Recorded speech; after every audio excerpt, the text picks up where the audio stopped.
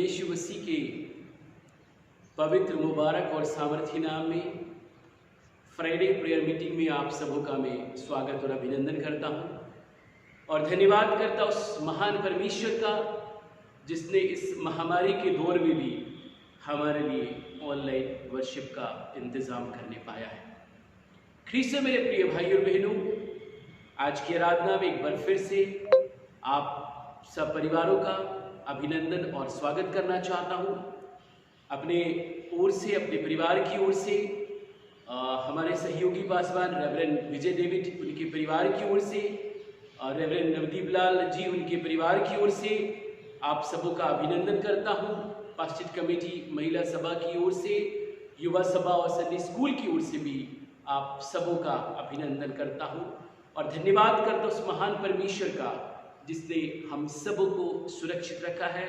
हमारे बिशप साहब, पूरे जबलपुर डायसिस को जिसने सुरक्षित रखा हुआ है, उस महान परमेश्वर को मैं तहे दिल से बहुत बहुत धन्यवाद करता हूँ। सो आइए हम आज की इस आराधना को प्रार्थना के साथ आरंभ करें। अपनी आंखों को हम बंद करें।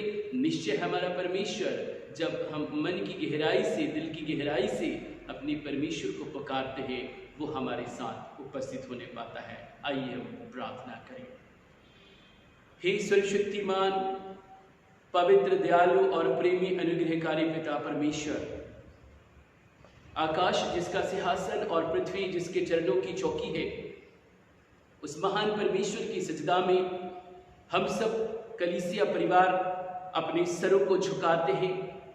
उस महान परमेश्वर का जय घोष और धन्यवाद हम करते हैं और धन्यवाद के साथ हे पवित्र पिता परमेश्वर, आपके नाम को ऊंचा और ऊंचा करते हुए निवेदन और प्रार्थना करते हैं कि आज इस ऑनलाइन वर्शिप में प्रभु हम जहाँ जहाँ भी हैं, अपने घरों में, अपने स्थानों में, दयालु प्रभु जी, हम सबों को पिता परमेश्वर तू आप अपनी आत्मा की बेदारी के द्वारा छू, अपने वचन की सामर्थ्य के द्वारा छू मेरे परमेश्वर पिता। और इन दिनों में पिता परमेश्वर जब हम एक महामारी के दौर से गुजर रहे हैं प्रभु, आपकी सामर्थ्य की हम कामना करते हैं, आपकी उपस्थिति की कामना करते हैं दयालु पिता परमेश्वर, और निवेदन करते हैं आपसे कि आप हम सबों के साथ होइए। प्रभु जी, इस आराधना को आपके हाथ में सौंपते हैं। आप हमारे बीच में उपस्थित होइए। हमारे घर, हमारे परिवार, हमारे व्यक्तिगत जीवन में आप, हमारे हृदय में आप उपस्थित होइए दयालु प्रभु जी, और आपकी कृपा, आपका अनुग्रह, आपकी सामर्थ, आपका बल, आपकी आत्मा हमारी अगुवाई करने पाए दयालु परमेश्वर। हम धन्यवाद के साथ पिता आपके नाम का जय जयकार करते हैं और इस आराधना को और हम समस्त प्रियजन अपने आप को प्रभु आपके संरक्षण में छुपा देते हुए प्रार्थना बड़े विश्वास के साथ और धन्यवाद के साथ प्रभु यीशु मसीह के पवित्र और मीठे नाम से मांगते हैं, आमीन। आइए हम एक गीत प्रभु के आदर में गा लेंगे। हम सभी उस गीत को जानते हैं, प्रभु महान विचारों कार्य तेरे। निश्चय इस गीत को गाकर हम प्रभु की महिमा करने पाएंगे। प्रभु महान विचारों कार्य तेरे, कितने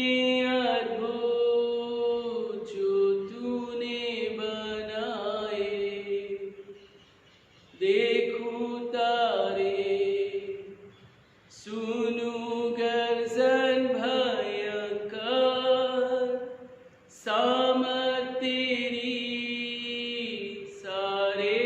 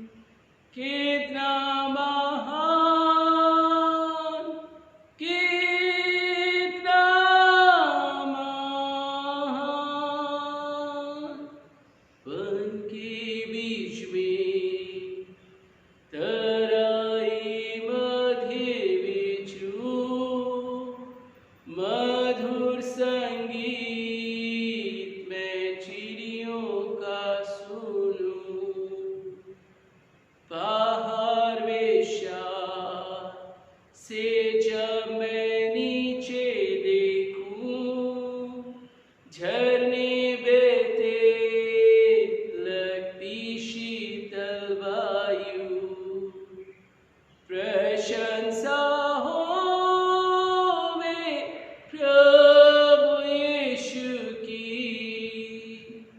कितना महान, कितना महान, प्रशंसा होवे प्रभु यीशु की, कितना महान, कितना महान।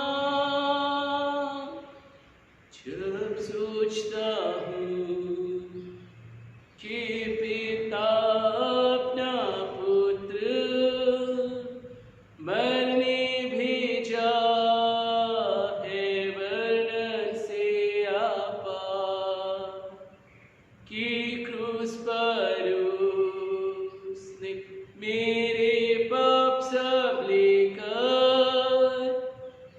रक्त बहाया, कि मेरा हो उद्धार। प्रशंसा होवे प्रभु यीशु की, कितना महान, कितना महान, प्रशंसा होवे प्रभु यीशु की, कितना महान, कितना महान।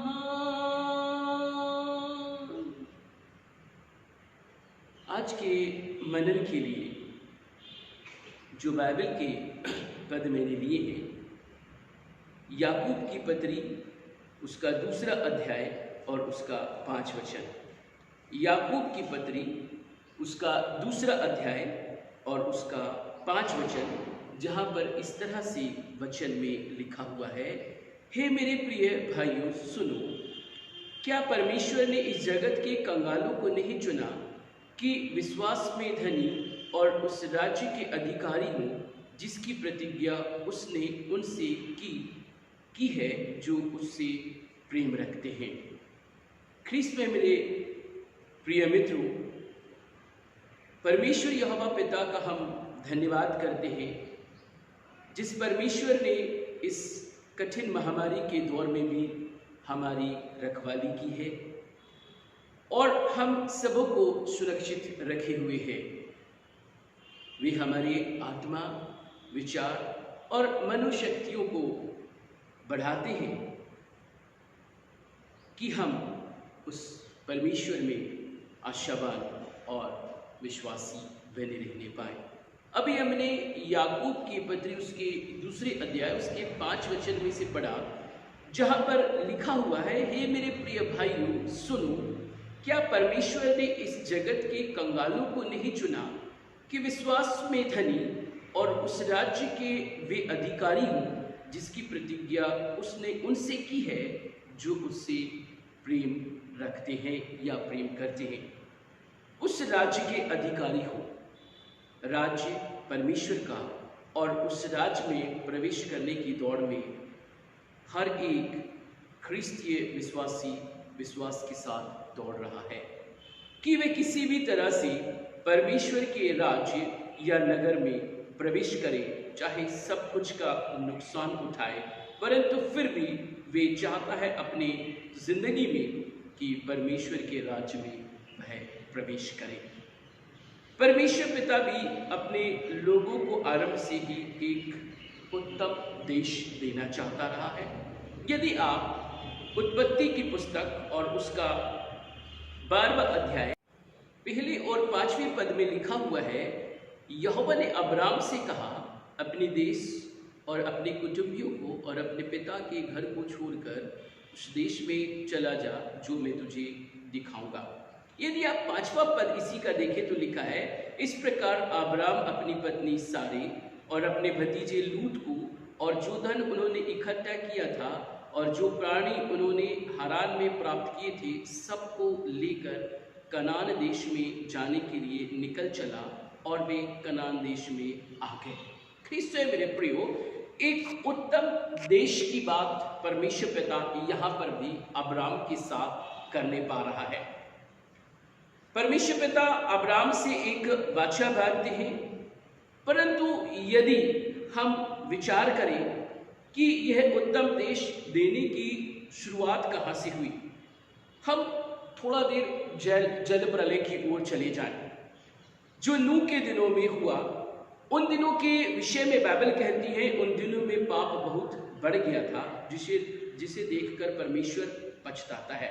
उत्पत्ति उसका 6वां अध्याय और उसके 7 वचन यदि आप देखें तो लिखा है, तब परमेश्वर ने कहा, मैं मनुष्यों को जिसकी मैंने सृष्टि की है पृथ्वी के ऊपर से मिटा दूंगा, क्या मनुष्य, क्या पशु, क्या रेंगने वाले जंतु, क्या आकाश के पक्षी, सबको मिटा दूंगा, क्योंकि मैं उनके बनाने से पछताता हूँ। परंतु नूह पर परमेश्वर यहोवा के अनुग्रह की दृष्टि थी, और हम देखते हैं कि बड़े जल प्रलय से परमेश्वर ने पृथ्वी पर रहने वालों को नष्ट किया।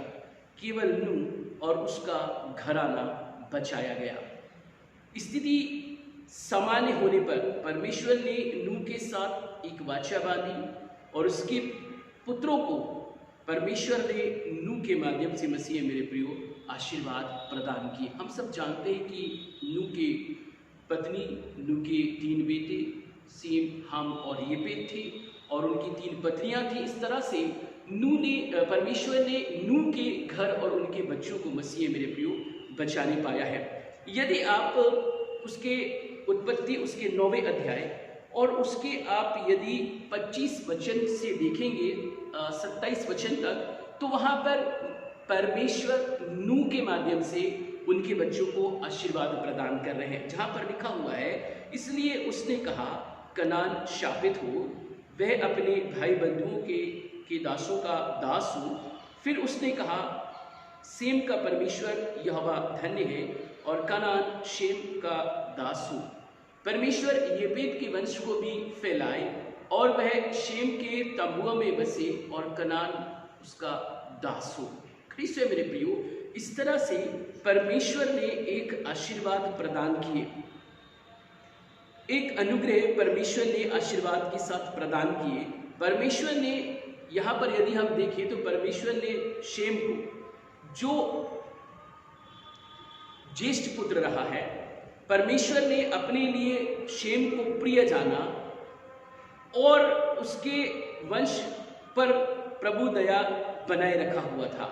शेम पर भी सेम ही पर परमेश्वर ने दया क्यों बना करके रखी हुई थी। जबकि नूह के 3 पुत्र हम देखते हैं, जबकि नूह के 3 पुत्र थे, शेम, हाम और येपेत। परंतु यदि मैं और आप आरंभ से चले जाएं, बाइबल के आरंभ से चले जाएं, तो परमेश्वर को ज्येष्ठ जो है वो प्रिय रहे, पहलौटा जो रहा है वो परमेश्वर का प्रिय रहा है। यदि हम पहले बलिदान की बात करें, यदि आप उत्पत्ति की पुस्तक और उसका 4वां अध्याय और उसके 4थे पद को देखें तो वहां पर लिखा हुआ है, और हाबिल भी अपने भेड़ बकरियों के कई एक पहलौटे बच्चे लेकर चढ़ाने ले गया और उनकी चर्बी भेड़ चढ़ाई।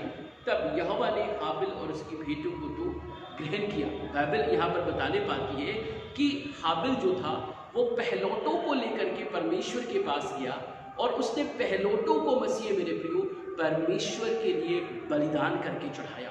परमेश्वर के लिए तीनों ही पुत्र प्रिय थे, चाहे हम शेम की बात करें, चाहे हम हाम की बात करें, चाहे हम येपेत की बात करें।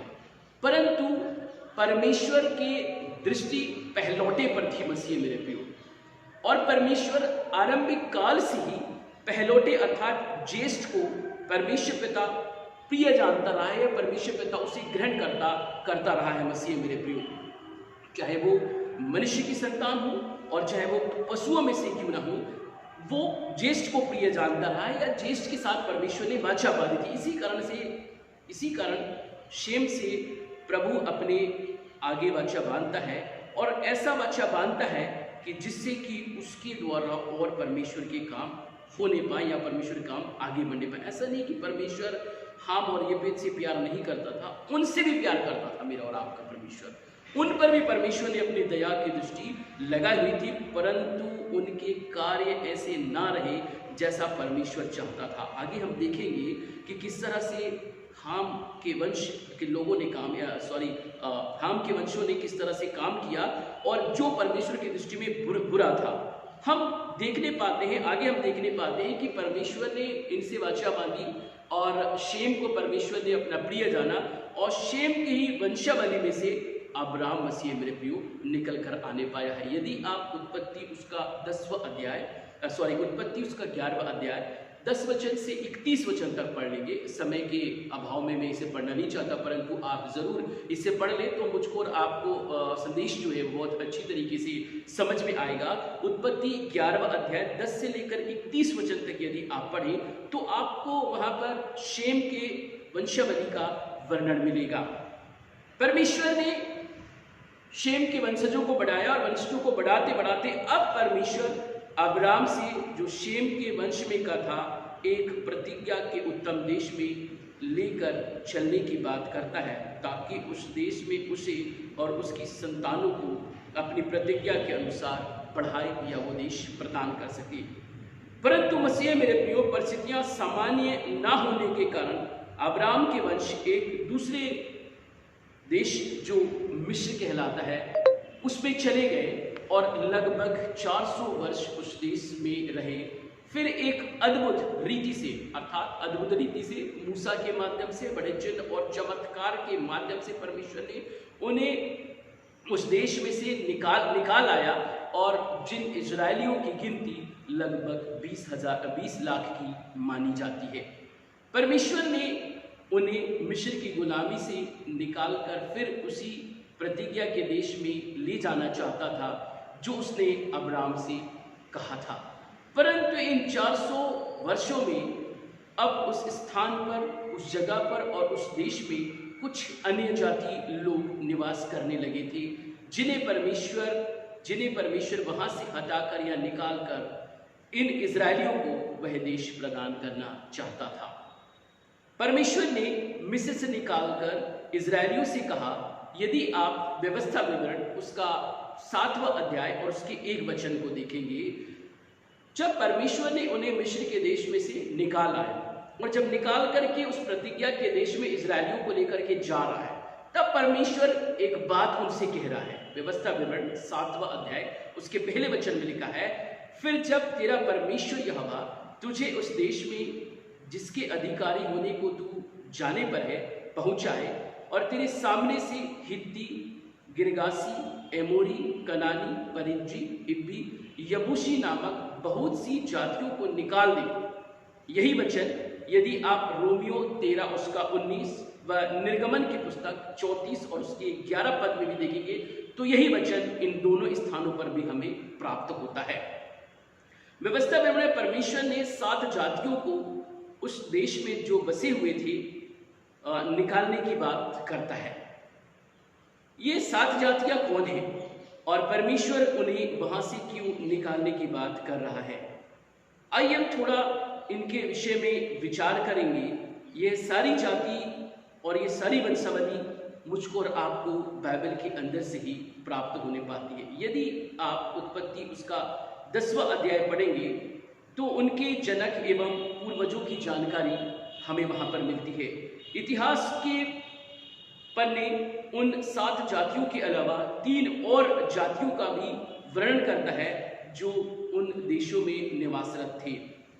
उन 10 जातियों में से 5 जाति हाम के वंशज थे। हाम जो नूह का बेटा था। इनकी जानकारी हमें उत्पत्ति उसका 10वां अध्याय 6 पद 15 से लेकर के 17 पदों में मिलता है, जहां पर इस प्रकार लिखा है। उत्पत्ति 10 उसके 6 पद में लिखा है, हाम के पुत्र कूश, मिस्र, पूत और कनान हुए। यदि आप 15 से पढ़ें तो लिखा हुआ है, कनान के वंश में उनका ज्येष्ठ पुत्र सिदोन, तब हित्ती, यबूसी, एमोरी, गिरगाशी, हिब्बी, अर्की, सीनी, ये सारे जो है वो हाम के वंशज होने पाए हैं, जो कि नू का छोटा बेटा था हाम।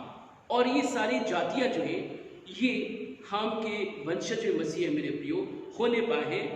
इनमें हमें परिज्जी जाति का वर्णन नहीं मिलता है। परिज्जी हाम के वंशज में से नहीं थे, परंतु परिज्जी जो थे वो दूसरे वंशज थे, उन्हें हम आगे देखने पाएंगे। पहले जिस जाति को परमेश्वर पिता उस प्रतिज्ञा के देश में से निकालने की बात करता है वह है हित्ती। 7 जातियों को वहां पर हमने व्यवस्था 7वां अध्याय उसके पहले वचन में देखा है।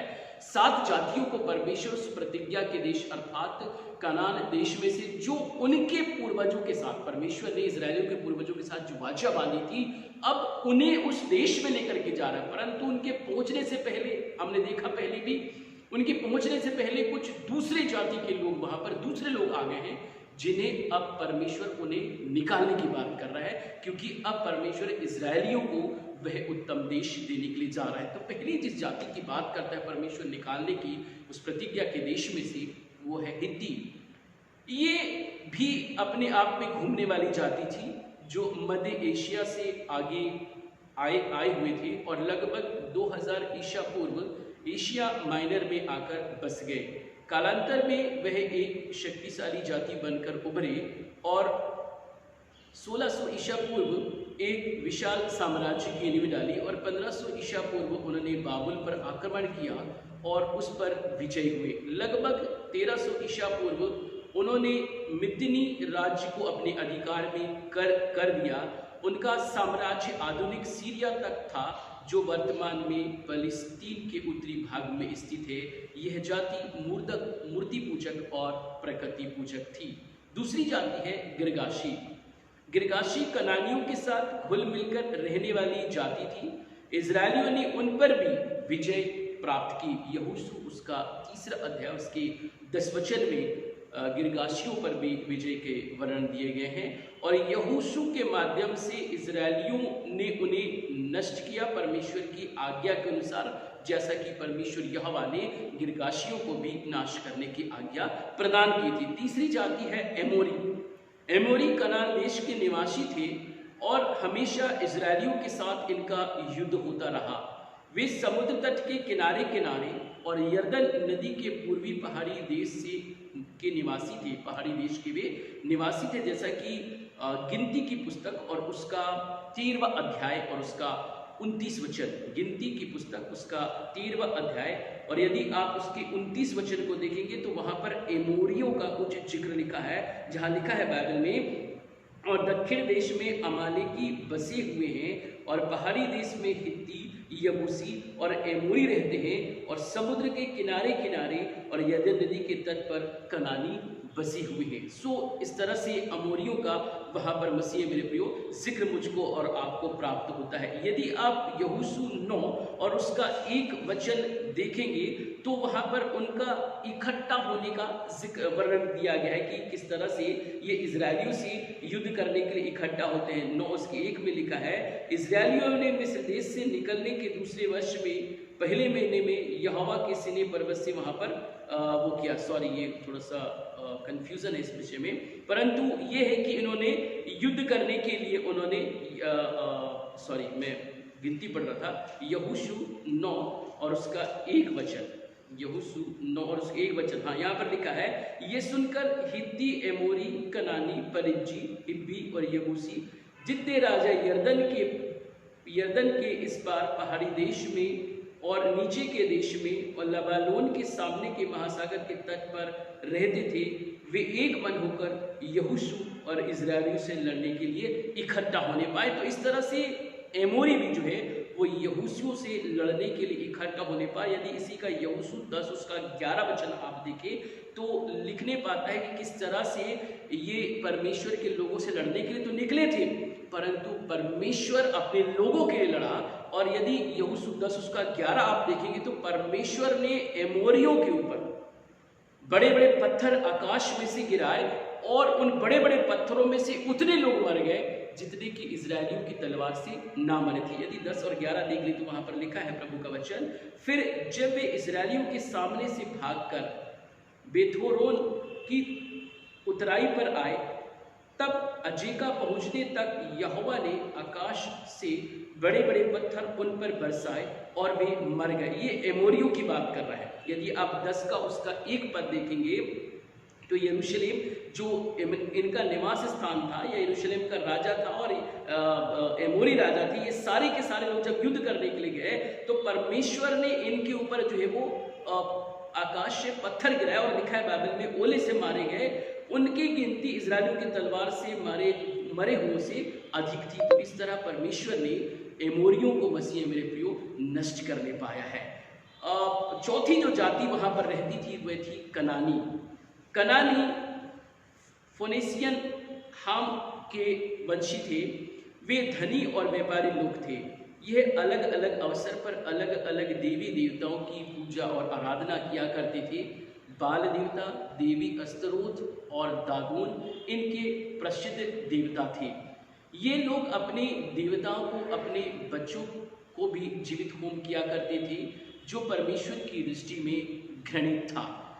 पांचवी जाति जो बात आ रही है वो है परिज्जी। जैसे मैंने कहा कि परिज्जी हाम के वंशज नहीं थे, मैं बताना चाहता हूं कि परिज्जी किसके वंशज थे। यहूदा और तमार। यदि आप उत्पत्ति उसका 38वां अध्याय आप चले जाएंगे तो वहां पर यहूदा और तमार का जिक्र है। यहूदा और उसके बहू तमार से पेरिस उत्पन्न हुआ। वह हेस्रोन और हामूश का पिता था। उसके वंशज परिज्जी कहलाए। पेरिस को नया नियम में फ्रीस कहा गया है। यदि आप उत्पत्ति उसका 38 और उसका 29वां वचन को देखेंगे तो वहां पर पेरिस का जन्म और उसके जुड़वे भाई का जन्म के विषय में से मेरे प्रियो बताया गया है। सो परिज्जी जाति जो हुआ करती थी उस देश में बसी हुई थी, वे यहूदा और तमार के वंशज थे। छठवीं जाति वो थी हिब्बी। ये भी हाम के वंशज है तथा ये भी अपने जाति भाइयों की तरह जीवन व इनका रहन सहन था। यह जाति भी परमेश्वर यहोवा के लिए काम ना करती थी, परंतु वह काम किया करती थी जो परमेश्वर यहोवा की दृष्टि में घृणित था। अर्थात ये प्राकृतिक पूजा, मूर्ति पूजा, मनुष्यों की बलि, इन सारे घृणित कामों को ये हिब्बी जाति के लोग भी किया करते थे। उत्पत्ति उसका 10वां अध्याय उसके 15 से 17 वचन तक देखें तो कनान के वंशज में यह जाति के लोग भी हुआ करते थे, या इनका मूल पिता हिब्बी, उसका वर्णन मसीह मेरे प्रियो मिलता है, जो कि आम के वंशज से ये सब के सब लोग जुड़े हैं। उसी के अलावा यदि आप पहला इतिहास पहला अध्याय 13 से लेकर 15 वचन तक देखेंगे तो वहां पर भी हिब्बी जातियों का वर्णन मसीह मेरे प्रियो दिया गया है। और यहोशू के दिनों में ये जाति मिस्पा देश में हेमरोन पहाड़ के नीचे रहा करते थे। यदि आप यहोशू 11 और उसका 3 वचन देख लेंगे, यहोशू 11 उसका 3 वचन, तो हिब्बी जाति का वर्णन मिलता है। लिखा है यहोशू 11 उसके 3 में, और पूरा पश्चिम दोनों ओर से रहने वाले कनानियों, एमोरियों, हित्तियों, परिज्जियों, पहाड़ी यबूसियों और मिस्पा देश में हेरमोन पहाड़ के नीचे रहने वाले हित्तियों को बुलवा भेजा। सो यहाँ पर हमें हिब्बियों का भी मसीह मेरे प्रिय वर्णन प्राप्त होता है। 7वीं जाति जो है वो है यबूसी। यबूसी फलस्तीन के पहाड़ी प्रदेश में निवासी थे, विशेषकर यरूशलेम के चारों ओर के पहाड़ियों पर निवास करते थे। यबूसी एक पहाड़ी जाति थी और यरूशलेम उनके अधीन था। यहोशू उसका 1 से लेकर 13 पदों को आप देखेंगे तो यरूशलेम के राज्य और राजा का वर्णन हमें मिलता है, तथा परमेश्वर की सहायता से यहोशू व प्रजा ने इस बड़े नगर पर भी विजय पाई। यह नगर पहले यबूस कहलाता था और जो यबूसी जाति का निवास स्थान था। यहोशू 15 और उसका 8 वचन आप देखें तो वहाँ पर इसका हमें उल्लेख प्राप्त होता है। यहोशू 15 और उसके 8 में लिखा है, फिर वही सीमा हिमोन के पुत्र की तराई से होकर यबूस जो यरूशलेम कहलाता है के दक्षिण की ओर बढ़ते हुए उस पहाड़ की चोटी पर पहुंची जो पश्चिम की ओर हिन्नोम की तराई के सामने और रपाइयों की तराई की उत्तर वाले सिर पर है।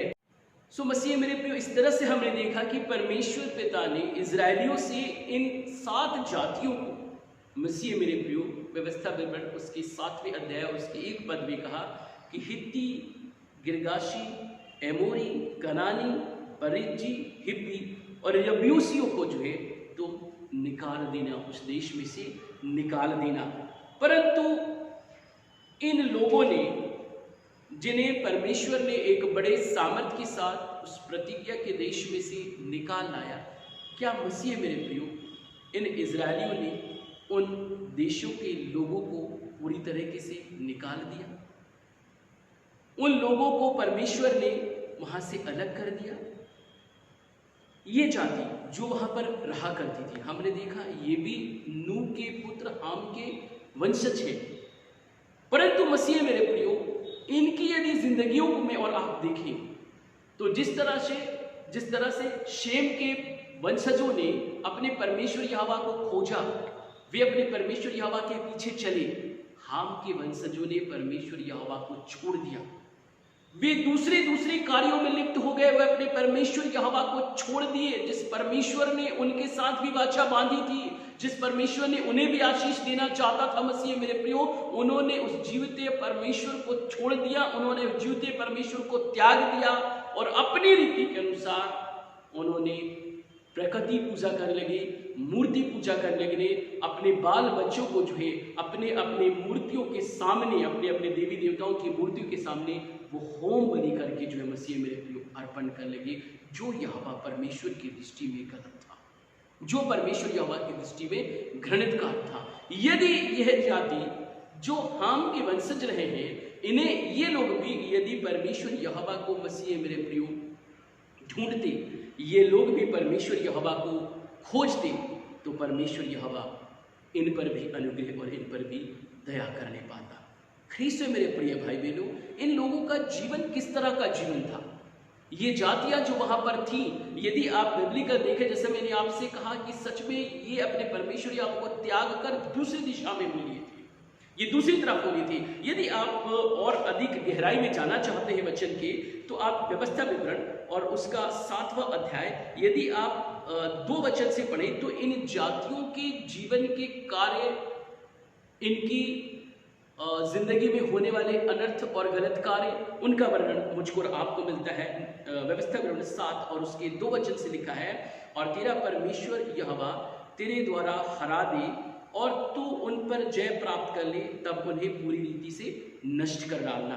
उनसे न वाचा बांधना और न उन पर दया करना, न उनसे ब्याह शादी करना, न तो अपने बेटी उनके बेटों को ब्याह देना और न उनकी बेटी को अपने बेटे के लिए ब्याह लेना, क्योंकि वे तेरे बेटों को तेरे पीछे चलने से क्योंकि वे तेरे बेटों को मेरे पीछे चलने से बहकाएंगी और दूसरे देवताओं की उपासना कराएंगी, और इस कारण यहोवा का कोप तुम पर भड़क उठेगा और वह तेरा शीघ्र सत्यानाश कर डालेगा।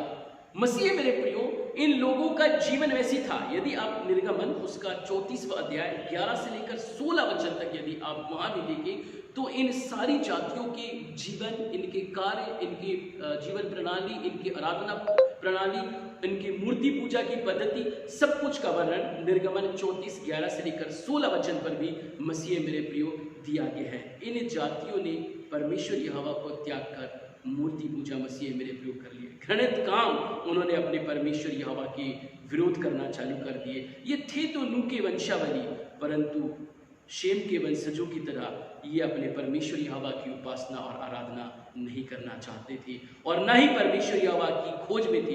इसी कारण परमेश्वर यहोवा की दृष्टि में ये घृणित ठहरे, क्योंकि इनके काम यहोवा की दृष्टि में बुरे थे। मित्रों, प्रिय भाइयों बहनों, यह जाति जिसे परमेश्वर ने अपनी चुनी हुई प्रजा से कहा कि इनको नाश कर देना, इनसे किसी तरह का कोई भी संबंध ना रखना, यह जाति परमेश्वर की दृष्टि में घृणित काम करने वाली जाति थी।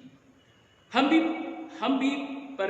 भी परमेश्वर ने अपने पुत्र के लहू से मोल लेकर पाक और साफ किया और पवित्रता से परमेश्वर के राज्य की दौड़ में दौड़ने के लिए मुझको और आपको आशीषें प्रदान की है। यदि आप पहला पत्रस उसका 2 अध्याय और उसके 9 वचन में पढ़े, तो वहां पर लिखा है, तुम एक चुना हुआ वंश, राज पदाधिकारी, याजकों का समाज और पवित्र लोग और परमेश्वर की निज प्रजा हो। जिस तरह से निज प्रजा, इजरायलियों को कहा, याकूब के 12 पुत्रों को परमेश्वर ने अपनी निज प्रजा कहा, जो शेम के वंशज थे मेरे प्रियो, जिन्हें परमेश्वर निज प्रजा कहा और उन्हें गुलामी के देश में से निकालकर प्रतिज्ञा के देश में लेकर के जा रहा है, जहां पर जो गलत लोग थे, जो घृणित काम करते थे, घृणित मूर्ति पूजा में लिप्त थे, परमेश्वर ने उन्हें वहां से निकालने को कहा, उनको नाश करने के लिए कहा। आज मैं और आप भी मसीह मेरे प्रिय संसार के पाप और गुनाहों में लिप्त थे, संसार के पापों में हम सब डूबे हुए थे। प्रभु यीशु मसीह जो परमेश्वर का पुत्र है, वे आया और मुझको और आपको अपने बलिदान, अपने लहू के द्वारा उस पाप से, उस दलदल से, उस गुनाहों से निकाल करके मुझको और आपको आज एक प्रतिज्ञा के देश में, जो परमेश्वर का राज्य है, उस राज्य में लिए चलने के लिए मेरी और आपकी अगुवाई कर रहा है। मैं और आप आज चुना हुआ वंश है, राज पदाधिकारी है, याजकों का मैं और आप एक समाज है, पवित्र लोग हैं और परमेश्वर की निज प्रजा है। अर्थात हमें भी परमेश्वर ने अपनी प्रजा करके चुना है, जैसा उसने इस्राएलियों को चुना हुआ था, यहूदी समाज को चुना हुआ था, उस जाति को और उन जातियों को परमेश्वर ने नष्ट करने के लिए कहा था। आज हमें परमेश्वर किसी को नष्ट करने के लिए नहीं कह रहा है, परंतु परमेश्वर जो चाह रहा है कि परमेश्वर की दृष्टि में जो घृणित काम है, उन घृणित कामों को मैं और आप ना करें। परमेश्वर की दृष्टि में जो बुरा कार्य है, उन बुरे कामों को मैं और आप ना करें, परंतु वे चाहता है कि जिन कार्यों से, जिन बातों से, जिन विचारों से हमें पाप की बढ़ती होती है, परमेश्वर उन्हें नष्ट करने के लिए कह रहा है। जो संगति से हमारे पाप में, हमारे जीवन में पाप की बढ़ती होती है, जिन विचारों से पाप की बढ़ती होती है, जिन बातों से पाप की बढ़ती होती है, उन्हें परमेश्वर पिता हमारे आत्मा देह से हमें निकालने की बात करता है। सो हम देखने पाएंगे मसीह मेरे प्रियो कि परमेश्वर हमें किन चीजों से अलग रहने के लिए कहता है, किन कार्यों से मेरा और आपका परमेश्वर पिता हमें अलग रहने के लिए आज की संध्या कहने पाता है। यदि आप पहला कुरिन्थियों और उसका 5वां अध्याय और उसके 10 वचन से 11 वचन तक देखेंगे, पहला कुरिन्थियों और उसका 5वां अध्याय उसके 10 और 11 वचन को देखेंगे, तो प्रभु का वचन ये कहता है, यह नहीं कि तुम बिल्कुल इस जगत के व्यभिचारियों या लोभियों या अंधेर करने वालों या मूर्ति पूजकों की संगति ना करो, क्योंकि इस दशा में तो तुम उनके जगत में से निकल ही जाना पड़ता है। सो परमेश्वर हमारे जीवन पर कहता है कि इनसे मुझको और आपको बच के रहना है। संगति हम यहाँ पर हैं, हम यहाँ पर संसार में, परंतु उनके से जीवन, उनके से चाल चलन हमारे व्यक्तिगत जीवन पर नहीं होनी चाहिए। ये जो जातियां, जिन 7 जातियों को परमेश्वर ने नष्ट करने की बात कही थी मेरे प्रियो, और जिनको इन लोगों ने नष्ट नहीं किया, यदि आप पहला इतिहास यहोशू और उसका 15 और उसका 63 पद देखेंगे, यहोशू 15 और उसका 63 पद देखेंगे, तो वहां पर आपको ज्ञात होने पाएगा मेरे प्रियो कि उन्होंने उन जातियों को नहीं निकाला। यदि आप न्यायियों की पुस्तक उसके पहले अध्याय को भी आप पढ़ेंगे, तो वहां पर भी हमें वर्णन मिलता है कि जिस तरह से परमेश्वर ने इन जातियों को नाश करने की बात कही थी, इजरायली प्रजा ने उन पर दया करके, परमेश्वर की आज्ञाओं को ना मान करके इन लोगों को वहां पर रहने दिया। और जब ये लोग कुछ वर्ष बीत गए, कुछ सदियां बीत गई मेरे प्रियो, तब ये अपनी अपनी प्रकृति पूजा, मूर्ति पूजा में आ गए और इन्होंने परमेश्वर की चुनी हुई प्रजा से भी ऐसे ही काम करवाए। पर हमारे लिए प्रभु का वचन कहता है, हम उन लोगों के बीच में रहते हैं जो संसार के लोग हैं, जिनकी जीवन शैलियां इस तरह से है कि वे भी उन गलत कामों करते हैं, जिस तरह से ये 7 जातियां जो उस प्रतिज्ञा के देश में पहले रहा करती थी, ये क्या करते हैं। परंतु परमेश्वर हमें कहता है, हमें उनसे सावधान रहना है, हमें उनसे सावधान रहना है, इस तरह के काम ना करना है। पर मेरा कहना यह है कि यदि कोई भाई कहकर व्यभिचारी या लोभी या मूर्ति पूजक या गाली देने वाला या पियक्कड़ या अंधेर करने वाला हो, तो उसकी संगति मत करना, बाइबल में लिखा हुआ है। हम इनसे दूर नहीं हैं, हमें इन्हें नाश करने के लिए प्रभु नहीं कह रहा है, किसी को भी नष्ट करने की बात प्रभु नहीं कह रहा, परंतु हमें अपने आत्मा को शुद्ध करने के लिए इन सारे विचारों को परमेश्वर पिता नाश करने की बात कह रहा है मसीह मेरे प्रियो। और इन वचनों के द्वारा एक तरह से मेरा और आपका परमेश्वर मुझको और आपको इनकी संगति ना करने की बात भी कह रहा है। अर्थात हम है भी और अर्थात हम है भी नहीं। नहीं है का मतलब यह है कि हम उनके से काम, उनके से चाल चलन, उनकी सी जीवन शैलियाँ हम नहीं अपनाएंगे।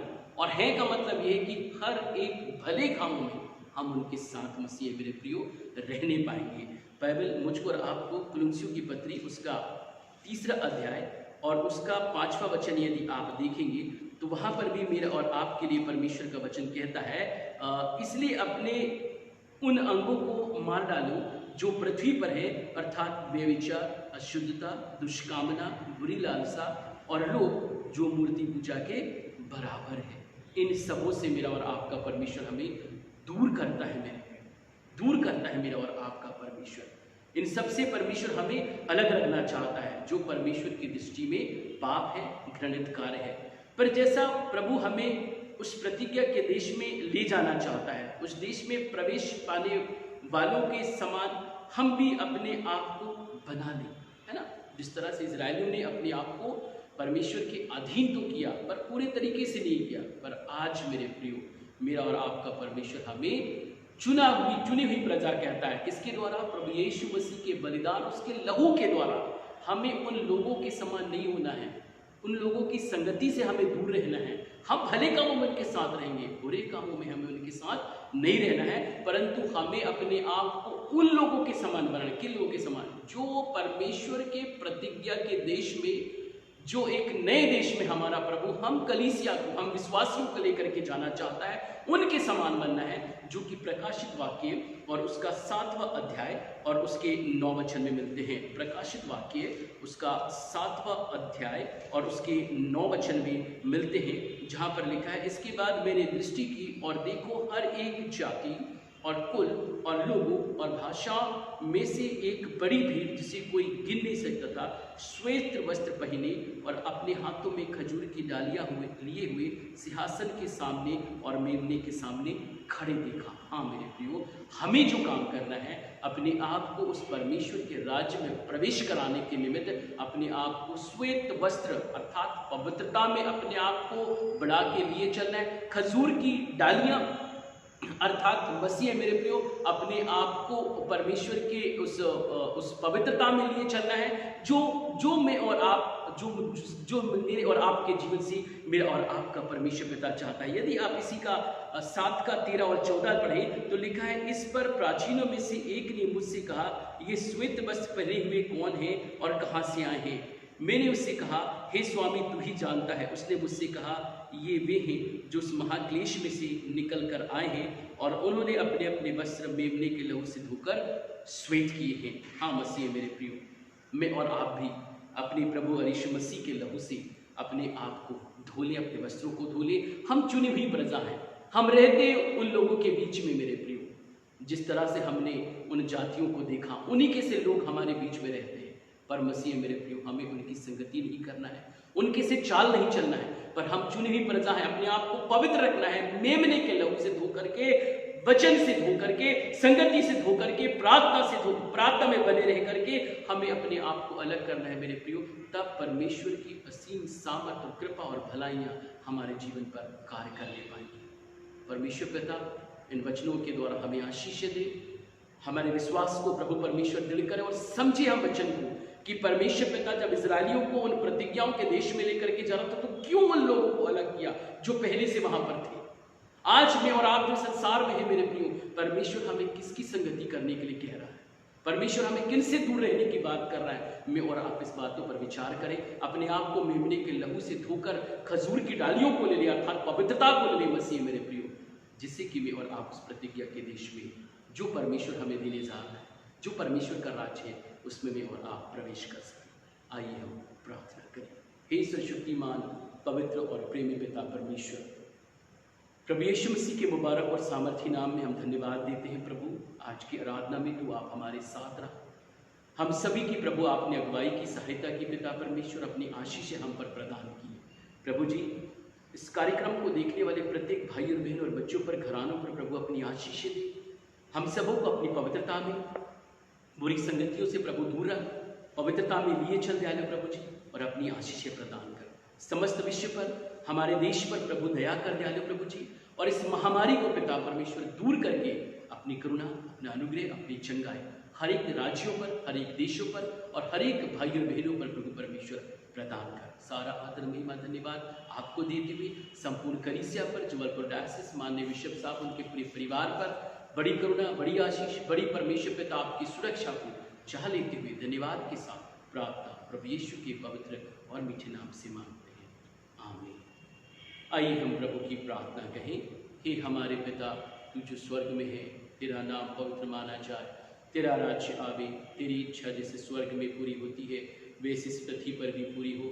हमारे दिन भर की रोटी आज हमें दे, और जैसे हमने अपने अपराधियों को क्षमा किया है वैसे ही तू हमारे अपराधों को क्षमा कर, और हमें परीक्षा में ना डाल परंतु बुराई से बचा, कि राज, पराक्रम और महिमा सदैव तेरे है, आमीन। अब हमारे परमेश्वर पिता का प्रेम, प्रभु यीशु ख्रिस्त का अनुग्रह और पवित्र आत्मा की पवित्र सहभागिता, संगति और आशीष हम सबों के साथ प्रभु यीशु मसीह के द्वितीय आगमन तक बनी रहने पाए। मैं धन्यवाद देना चाहता हूँ आप सभी प्रिय भाई और बहनों का। मैंने निवेदन किया था व्हाट्सएप के माध्यम से, आपको मैसेज मैंने डाले हुए थे। बहुत सारे लोगों ने अपने अपने दान जमा कर दिए हैं। उन समस्त दानदाताओं को मैं बहुत दिल से धन्यवाद देता हूँ। आप सबको धन्यवाद देता हूँ जो लगातार आप मेरे लिए, मेरे परिवार के लिए प्रार्थना करते रहते हैं और तमाम तरह से हमारी सहायता करते हैं। सारी बातों के लिए आप सबों का धन्यवाद। एक बार फिर से प्रभु परमेश्वर आप सबको आशीष दे, अपनी करुणा की छांव में आप सबों को रखे। अंत में प्रभु यीशु मसीह के पवित्र मीठे मुबारक नाम में सबों को जय मसीह।